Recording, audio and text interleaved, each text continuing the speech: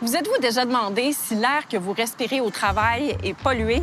La qualité de l'air au travail, c'est un enjeu vital. On a voulu savoir comment on s'organise pour avoir à l'œil ces ennemis invisibles des travailleurs.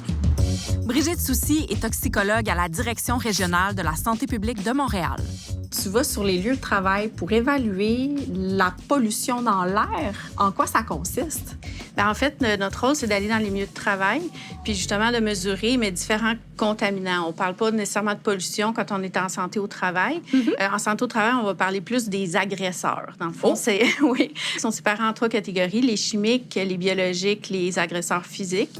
Parmi les sources potentielles de risques biologiques en milieu de travail figurent les bactéries, les virus, les champignons, les plantes, les animaux et les humains.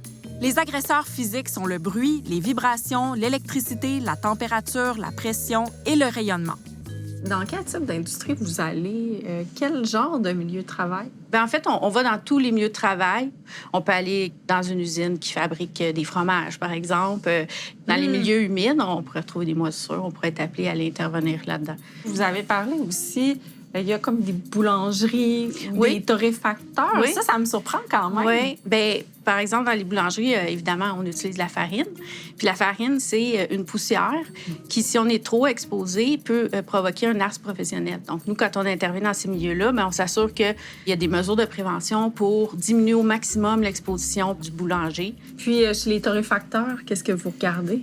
Le monoxyde de carbone est un risque connu pour ce type d'industrie-là, donc on va aller mesurer.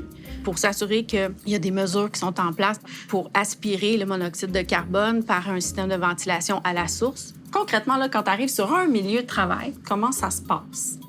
Bien, la première étape, c'est qu'on va poser des questions. Une grosse partie de notre travail, c'est comprendre le procédé, dans le fond. Puis, par exemple, pour le monoxyde de carbone, on va utiliser comme ça un détecteur personnel qu'on va mettre ici, dans la zone respiratoire du travailleur, qui va le porter pendant toute sa journée de travail.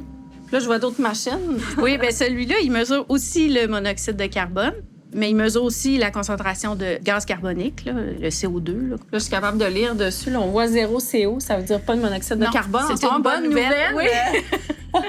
Lui, c'est ce qu'on appelle un sonomètre. Donc, il mesure le niveau de son. Par exemple, dans l'industrie du métal, bien, c'est sûr que le bruit va être très présent.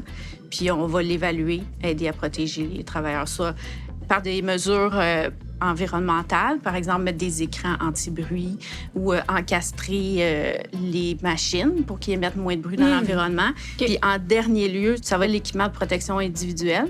Mais c'est la dernière option. Oui, on préfère d'essayer d'éliminer le risque à la source. C'est reçu comment de la part des employeurs quand vous arrivez sur place?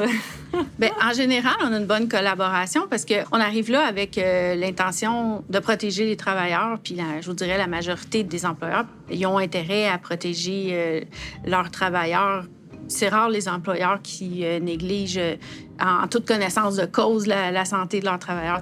Merci. Ça fait plaisir.